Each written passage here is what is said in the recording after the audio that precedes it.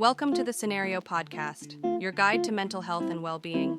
Each episode, we uncover practical tools, discuss expert insights, and explore how supplements can transform your mental health journey. Get ready to learn, grow, and thrive with us. Welcome to the Deep Dive. Today we're tackling something fundamental to how our minds work. Something happening, well, pretty much all the time under the surface. Freud's defense mechanisms. We're talking about those automatic unconscious tricks your mind plays the second stress pops up. A bad review, a loss, even just wanting two opposite things at once. Our goal here, to quickly unpack why these defenses even exist, understand what they're really for, and get a handle on the 8 big ones. Turn that psych theory into some real aha moments about, why you do what you do. Exactly, and those aha moments are key because defenses aren't weird, they're just human. Fundamentally, they're unconscious, automatic ways we try to dial down anxiety, protect our sense of self, our ego, and just stay emotionally stable. They often kick in within seconds, really, the moment the mind flags something as emotionally risky. Think of it like this. Defenses are kind of like a temporary cast for your mind. Okay, a cast. Yeah.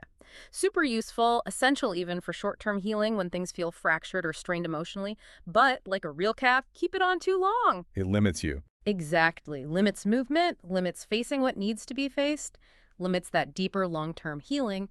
They save you now, but they can definitely hold you back later if you're not careful. Okay, that duality is interesting. Saves you now, restricts you later. So they reduce anxiety, we get that. Yeah. But what part of us actually needs defending so fast? What are they shielding? They're shielding the ego. Think of the mind like a company's management. The ego is the CEO. It's a decision maker. Right. Managing reality, making tough calls, holding your identity together. But life keeps throwing stuff at it. Failures, criticism, losses, you name it. When that emotional pressure spikes, the ego gets overwhelmed. It needs fast relief so the whole system doesn't just, crash. Oh, okay. That quick relief, that's the defense mechanism stepping in. And the threats usually fall into maybe 3 buckets. First, the obvious external stuff, losing your job, exams, big arguments. Then there's the internal conflict, which can be even tougher, like wanting to just chill out versus that voice saying you have to be productive. Oh yeah, that internal tug of war. Exhausting. There's no escape route, right? The ego's just stuck there. Precisely. Stuck right in the middle. And the third kind of threat, maybe the most delicate, threats to your identity, your self-worth. When someone tells you something that just completely clashes with how you see yourself, like you think you're super competent, someone calls you incompetent. Ouch. Yeah. The defense jumps in instantly to lower the anxiety, keep your self-image intact, at least for a moment. Buys the ego time, basically. Time to process, manage the conflict without falling apart. So short-term fix is stabilization. Breathing room. Makes sense. But where's the line? Isn't denial sometimes necessary? After a huge shock, maybe you need it just to function. That is the million-dollar question, isn't it? And yes, flexible use can be adaptive. Denial right after a tragedy. It helps you cope initially, catch your breath. The problem is rigidity. Long-term cost comes when it becomes chronic. Constant rationalizing, for example, means you never admit fault. How can you learn or grow professionally or personally? You can't. Right. Or chronic projection. It just poisons your relationships because you're always making your internal issues someone else's problem.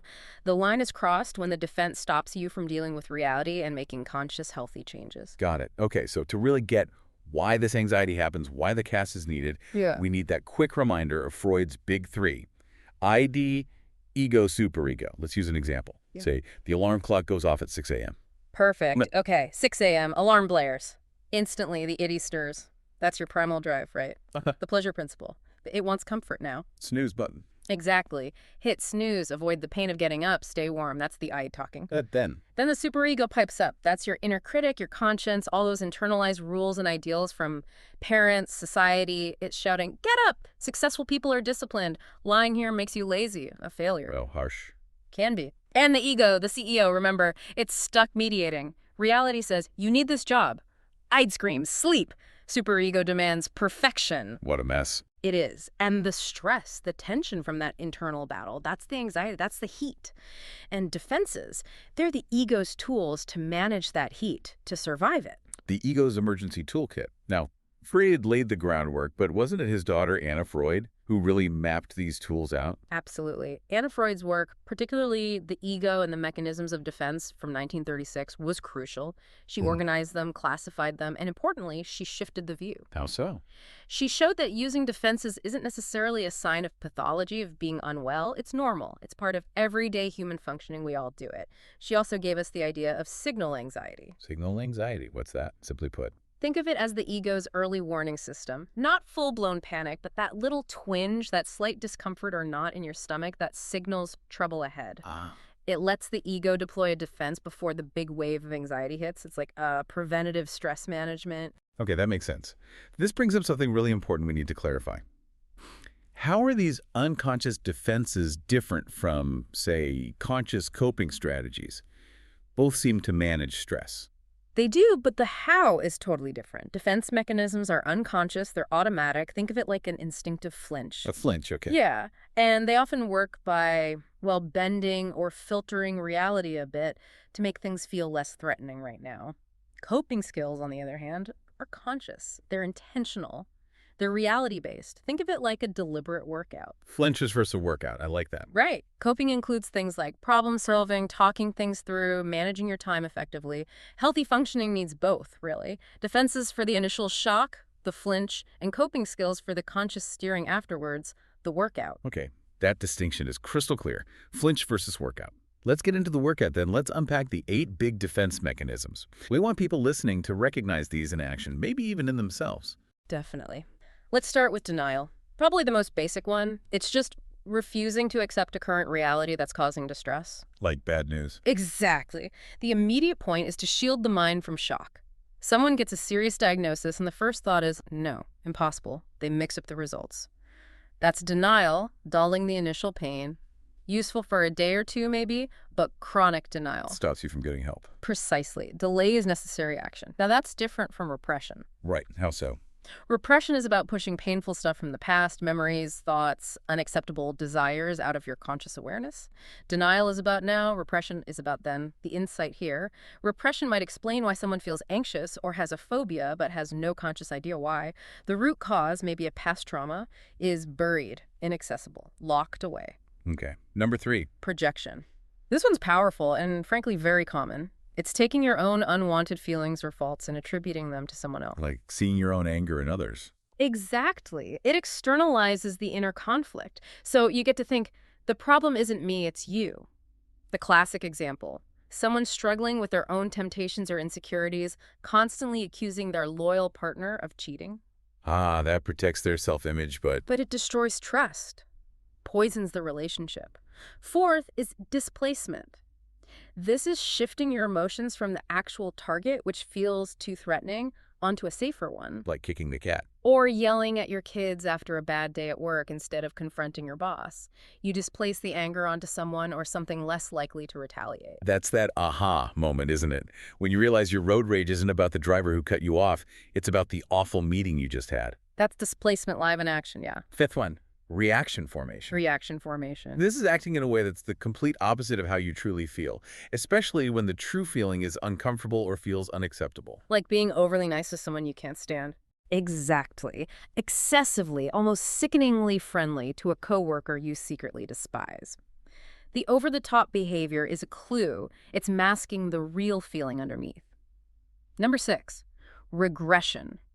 This means reverting to behaviors from an earlier stage of development when you're under intense stress, going back to what felt safer. Like a child's behavior. Sometimes, yeah, an adult throwing a tantrum when they don't get their way, pouting, or maybe comfort eating excessively. It's like an emotional retreat to a time when maybe someone else took care of the problem. Okay. 7th is rationalization. I feel like we see this one everywhere, especially maybe in public life. Oh, absolutely. Rationalization is huge. It's creating those logical-sounding excuses to justify your actions or feelings while avoiding the real, often less flattering reason. The classic is Aesop's fable, right? The fox can't reach the grapes. So he decides they must be sour anyway. Sour grapes. Exactly. For anyone focused on learning or achieving things, rationalization is dangerous long-term. The student who fails and blames the unfair teacher or bad questions Protects their ego now. but kills any chance of learning from it. Why study harder next time if it wasn't your fault? Overused rationalization basically guarantees you repeat mistakes because you've blocked the feedback loop. Yeah, block self-improvement. Okay, last one. Number 8. Number 8 is sublimation. And this one's often seen as the most adaptive, the healthiest defense. Why is that? Because it channels those unacceptable impulses or difficult emotions into something positive, something socially acceptable, even productive. Instead of just blocking the energy, you redirect it constructively. So like taking aggression and channeling it into becoming a competitive athlete, maybe, or a skilled surgeon who needs that focus and intensity, or even an artist pouring complex emotions into their work. The raw energy is still there, but it's transformed into something valuable. It's a win-win, really. Okay, that makes a lot of sense. So fast forward to today, are these ideas, a century old now, still actually relevant? How do we use them now? Oh, absolutely central. Maybe the jargon changes a bit here and there in different therapy models, but the core concepts, still incredibly valid. Research actually backs them up. You can observe things like denial or reaction formation happening in response to ego threats in lab settings. And clinically, they're vital.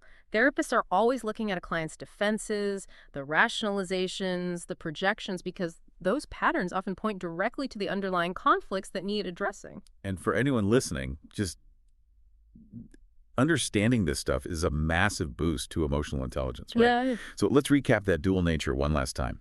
The benefit is immediate anxiety reduction. Lets you keep functioning under pressure. They're like emotional first aid, necessary stabilizers. but the risk Is that they become rigid patterns, unhealthy habits. They can stop you from actually solving the real problem. They turn your internal stuff into relationship drama. Recognizing these patterns in yourself, that's really the first step towards emotional maturity. So the big takeaway for you listening right now is really awareness. These defenses are automatic, that flinch we talked about. But once you see it, I'm rationalizing right now, or oops, that was displacement, you get a moment. You can pause, reflect, and choose. Choose to replace that automatic flinch with a conscious coping strategy, that workout, like talking it out or actually solving the problem. You get your agency back. Exactly right. Defense mechanisms aren't character flaws you need to stamp out. Think of them as signals, important signals to understand. They're guides, really, pointing towards the hidden dynamics of your own mind and how you navigate the world. A perfect final thought. And here's something for you to chew on.